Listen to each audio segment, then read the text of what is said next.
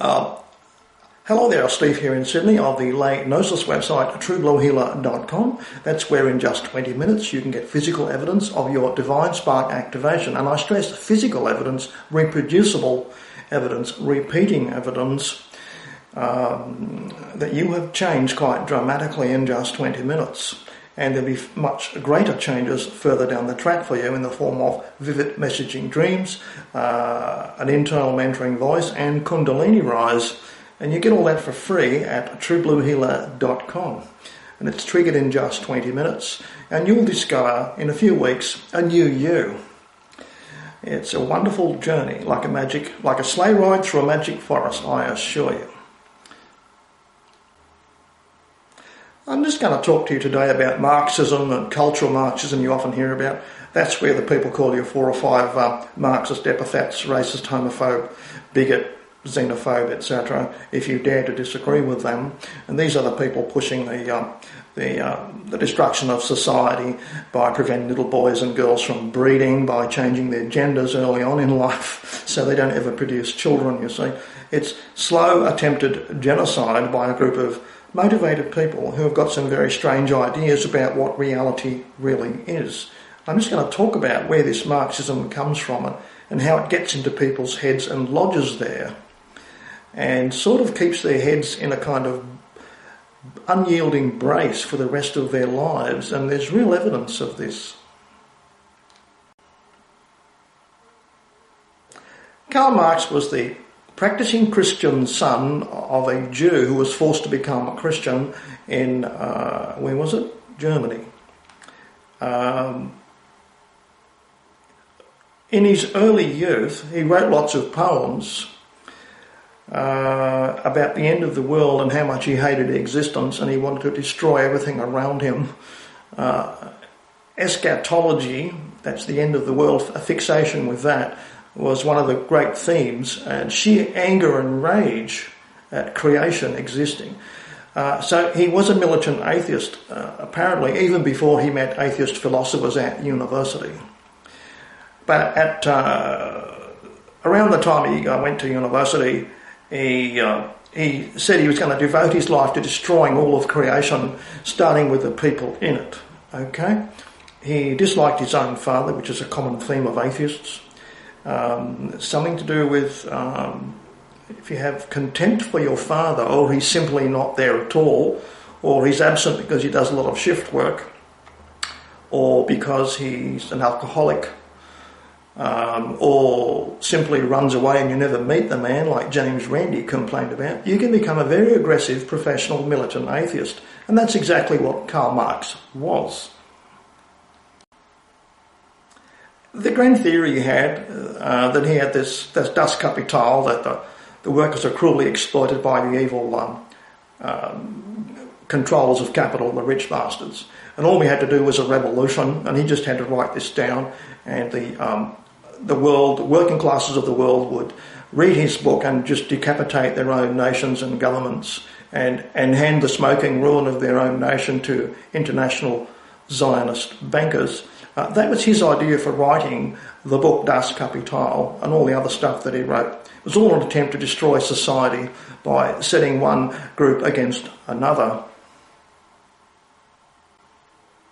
Like so many activists, Karl Marx never practiced what he preached. He employed a lifelong domestic help, a woman, and he never paid her $1 in salary for a whole living life.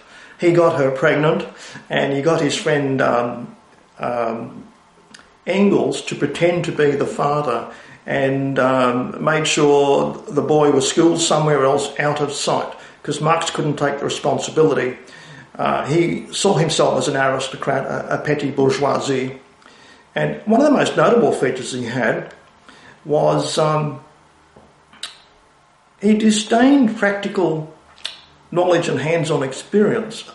Because he was writing so much about the workers being cruelly exploited in factories, a number of times he was invited to visit factories and go around, meet the people, talk to supervisors, talk to workers, and get a real feel for what goes on in a factory, so he'd actually know what he is talking about. And he pointedly refused. So he preferred to intellectualise and promote his own theories that existed solely in his own head and had no real connection to the real world, you see. And he was always, he never had a job in his life. He made one job application to be a railway clerk and failed the handwriting test. So much for the intellectual. The rest of the time, he received a very generous allowance from Engels, his good friend, and he was always borrowing money from other people who were always too often Jewish moneylenders. So believe it or not, Karl Marx was violently, certainly in writing, anti-Semitic. Can you believe it?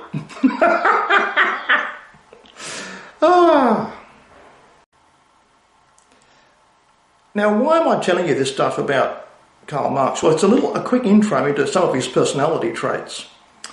And guess what? They apply to someone else that you're all very familiar with, namely Barack Obama. You'd be surprised. Paul Joseph Watson recently produced a video taken by the Obama family in Kenya where the half-white Obama, aged 27, was visiting his relatives in the home country, you see. And it's a fairly nicely produced home video, and there seems to be fleetingly a young Michelle Obama there, looking fairly female, though today that is questioned. But that's not the point of this video. The video is pointing out what Paul Joseph Watson has emphasised, that about 2/3 of the way through this home video, Barack Obama, the 27-year-old pseudo-intellectual Marxist, starts talking about white privilege and how it might lead to conflict and racial warfare. And it's all based on the fact that he was kept waiting in a restaurant. Can you believe it? And in another case, he noticed that white people wave through the Kenyan customs more efficiently and quicker than black people, you'll see. Now, it seems to me that Marxism is a kind of a helmet you can wear that fits your head when your brain is half mature. The problem is you get to like it so much that your brain cannot mature any longer, any more, any further, and you end up being a Marxist your whole life because Marxism's got about 5 or 6 answers to everything and you don't have to think much. But you can walk around saying big words and posing as a pseudo-intellectual. And that's exactly what Obama does when he says he's noticed that the poor black people and his family are made to wait in the restaurant, you see, and white people all get served first, you see. And he's noticed that, and he's got this keen insight, you see. And so he sits there momentarily pontificating about there must be a race war building, words to that effect, resentment must be building, you know. That's his own feelings, nobody else's. Now, here's where I depart for a little bit to tell you that I've never met a Marxist yet who's run his own business or has any practical hands-on skills running a business. Now, I'll tell you how, if you're a shopkeeper, you've got to handle people coming in the door. I've done it. I had a jewellery store, and not joking, 1,000 people can come in on a Saturday, and 6, 7 or 8 will buy jewellery, which means 990 people talking to you are a complete and utter waste of time. They're stopping you talking to the cash-carrying customers with a genuine intention to buy, okay? So, you're looking for 6 or 8, 9, 10 people, Mrs. Smith, Mrs. Jones, Mrs. Brown, and they might spend $500 a week or $1,000 a week on jewellery because they are genuine collectors, you see. So what do you think you do with all the teenage boys in T-shirts and flip-flops? They come in groups of 6 into your lovely jewellery shop and they ask you dumb, stupid questions, and you notice they all keep spreading out. There's always half of them out of sight while one of them is talking to you, you see. You're looking for Mrs. Smith coming in the door because, you know, she comes in around 11 o'clock. And you're being asked all these dumb fool questions by a couple of kids in T-shirts and flip-flops, and so that you can't keep an eye on what the other guys in the gang are doing. They're trying to steal from you. They're practicing shoplifting, you see. So there's quite a few tricks you can do to identify the genuine customers, the 8 out of 1,000 that actually buy anything. One of them is, are they wearing jewellery If they're already wearing jewellery, then they're probably serious collectors of jewellery. So that's an obvious thing. And young men who've got no intention of buying jewellery obviously don't have money because they're only 16, 17. You don't really want them in the shop. So you have to take steps to get rid of them, you see. And you do that because they're dangerous to you. They're going to pick the pockets of your customers. They're going to open the till and grab cash while ever you're looking the other way, that sort of thing. So you've got to have active ways of getting them out of the shop, okay, keeping them out. Because you don't want to waste all your time chasing these shoplifters. Then there's all the other people who come into your shop and they just want to spend the day there sipping coffee, looking at jewellery and never buying anything, right? So you can't piss them off too much, but you've got to take a note that all they ever do is talk to you for 2.5 hours and stop you serving genuine customers, you see. So what are you actually doing with all these people? Well, as a shopkeeper, you get very good at sizing people up quickly.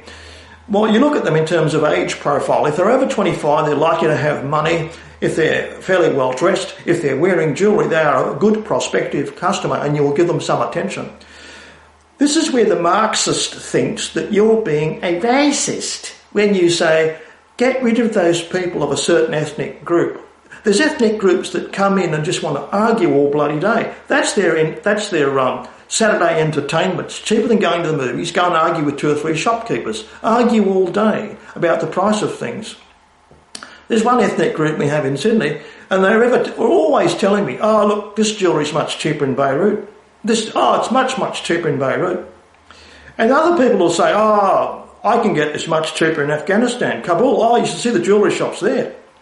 And to which all they're doing is arguing and telling you they don't want to buy anything in your shop. So you start thinking, why are you in my shop? Why are you in my face? I must get rid of you. So you have to devise ways to differentiate between different ethnic groups because of their strange behaviours that are unproductive from a shopkeeper's point of view. They don't put cash over the counter. Another group we have in Sydney would have to be native sort of immigrant Chinese customers. They've got some funny reflexive habits which drive shopkeepers crazy. One of them is they ask a price, and you know they don't really want to know the price. They're going to halve whatever you say. So if you say, oh, this solid gold necklace is $800, with a half smile they'll say to you, $400? You take $400? And when you've heard this about 80,000 times and they never buy anything, you get the idea that that ethnic group isn't much use to you in your little shop. They're wasting your time, they're taking up floor space and preventing genuine customers ever getting to the counter because they want to try everything on but they never bloody buy anything, you see. So what are you actually doing running a shop? You're practicing a lot of discrimination and it's the only way to survive, to pay the rent, to keep the shop going and keep yourself in business. None of these things did Barack Obama know when he was 27 because he's just like Karl Marx, always had government jobs where money falls from the sky every fortnight, lands in your bank account, whatever you do or say or not. You're just a glowingly polished speaker using the big words, pseudo-intellectual phrasing, and yes, I understand and I always know more than you because I've been to university and I've studied Karl Marx. And all the inequalities are so shocking and I know how you feel and I'm going to give you a free house that you can't afford. That's what Barack Obama did for many years in New York City. He was giving basically accommodation away to people. That was his job. So he never actually had a job where you have to make enough profit to pay the rent and make enough profit to live and make something out of it to make it worthwhile to be in business. So the whole idea of equality and Marxism doesn't apply when you're running a very small business because 98% of the people coming into your shop are not going to buy anything and they're a bloody nuisance. Okay? So you must discriminate rapidly and quickly and shopkeepers get that way. Now, I've never met a Marxist yet. He's a former shopkeeper. I have never met one, ever.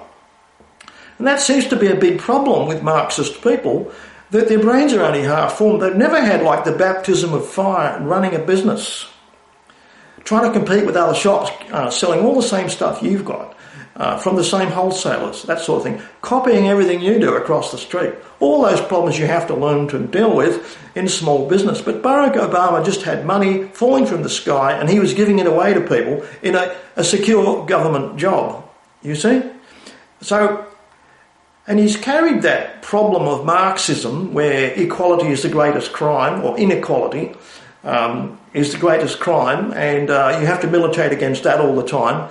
Every sentence you speak has got to be loaded with militancy on that particular issue. And he's doing it to this very day while he's president. And all this positive discrimination where you don't mention Islam and terror in the same sentence and that sort of thing, that's all the same thing. That's the racism of reduced expectations, isn't it? We've all been well lectured on that by lots of people on the internet. So, summarising, can I say it's something like you can stunt the growth of a plant by keeping it in a plant pot.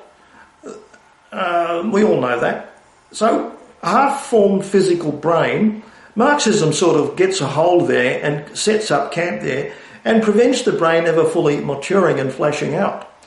And these people seem to remain Marxists all of their lives, where you just sit there using big words and pseudo-intellectualising, and you've never had a decent job in your life where you had to work and get paid cash in hand for what you did today. And it's backbreaking work, difficult work. You wouldn't do that. Just like Karl Marx wouldn't go into a factory to find out what it's really like to be in a factory. And he's writing all these theoretical books about it, but he pointedly stayed away from it. Barack Obama seems very similar, and so many of the Marxists, the cultural Marxists I've met on the internet, are so impractical. They live in fairyland all the time. And we seem to have way too many of them infesting the power pyramids, our governments all around the Western world. And I really think they've all got to be removed. I don't know how that can be done. We're actually being poisoned by our own governments full of Marxists, as far as I'm concerned. And the big thing that Marxists always do, a hallmark of them, is they always avoid reality, trying to project their internal reality that lives only in their own head. They want to project that onto everybody else and change the world. They seem to foolishly believe that words can structure reality. Words can change reality. You just keep repeating them over and over again, which is almost like a belief in magic words, isn't it? It's a belief in magic. It's childish. But that's what so many Marxists seem to do, which is why they have 4 or 5, 6 or 7 of these Marxist expletives they criticise everybody for. And I think Marxism has probably had its day. I don't think it's going to go much further because they've run out of expletives. They keep inventing more and more offences for people to commit, to be lambasted with more expletives. But they're just getting more and more ridicule coming back in the other direction. There's organised resistance behind certainly opinion leaders on the internet. We can see that. Now, a lot of these intellectuals we see on the internet, Barack Obama's one of them, and so is Karl Marx. They don't ever seem to practice what they preach. Great theoreticians, great speakers, orators, golden words they can shower upon you and you feel transfixed by their verbal skills. But in this home video, there's the abject poverty of poor Africans fixing cars, and what they call a garage there is just a tip where cars are repaired, and there's nowhere safe to jack a car. It's highly dangerous. They're making do with homemade tools. I know what they do because I've been to third world country, and I've seen how they make their own gaskets. And I see how they labour for hours and hours and hours making gaskets because either they can't afford the gaskets or they're simply not available in that part of the world. We're so accustomed to having everything at our fingertips. But in the third world countries, a lot of stuff is not available simply because there's not enough customers to buy the spare parts. So you're stuck with that. Now, I would say to Barack Obama, if you really care about Kenyan poverty, why didn't you go and buy that poor African mechanic a concrete slab? It's only a few $100. It's 50 bags of cement. Buy him a trolley jack. Buy him a couple of axle stands. Buy him a box of head chrome spanners. Guess what? I've done all of that in a third world country and transformed one family's life. Now, Barack Obama didn't do that for anybody when he went to Africa, I notice, and it's also been pointed out today that blacks are worse off after 2 terms of Obama than they ever were.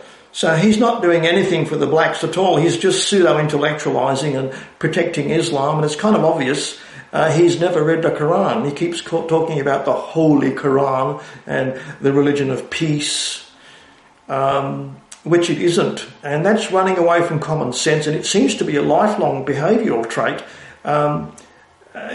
caused by this kind of steel-barbed helmet that sits on their brain and stops it growing into the realm of reality and empirical reality, I might call it.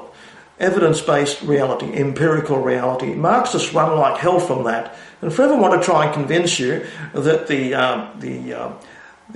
heaven they have in their own little heads, the impractical heaven, the impractical fairyland, should be applied, and they're going to change reality into the heaven they want just by showering everybody with these golden words and lots of expletives. That is the fairyland belief of Marxists, I'm afraid to say. So I'll give you a link to this Barack Obama home video made when he was 27 years old, spouting pseudo-intellectual Marxism, and how he wants to change the world, and how a race war is certainly coming because he can feel the anger rising in himself. Yet it doesn't occur to him to actually do anything, such as financing a mechanic, or just getting him started with a toolbox full of tools. That makes a big difference. You can make more money. An air compressor supplying rotary tools enables a mechanic to get wheels off a car much, much quicker, more efficiently. Then you've got the problem of electricity. Well, can he afford to pay the electricity bill? They can be that poor. Those are all wonderful problems that Mr. Obama could have solved while he was there, but he chose not to. He chose to sneer at white privilege instead, and he's still doing that to this very day. I'll put a link to the Obama home video below this video. You can check it out yourself. There's some very angry comments and very insightful comments about it. A lot of people are taking sides for or against. Most people are against, as far as I can see in the comments under the Paul Joseph Watson video about Obama's vacation back in the old country. So, summarising, I'll just say, you meet these cultural Marxists, they're damn well everywhere. The answer to them is always to hit them with empirical reality. That stuff that you know, tried and tested, experience reveals this or that. You know it's true because you've seen it, right? That's empirical reality, and that's how normal grown-up people with mature brains navigate their way through their life journey. But cultural Marxists never quite figure that out.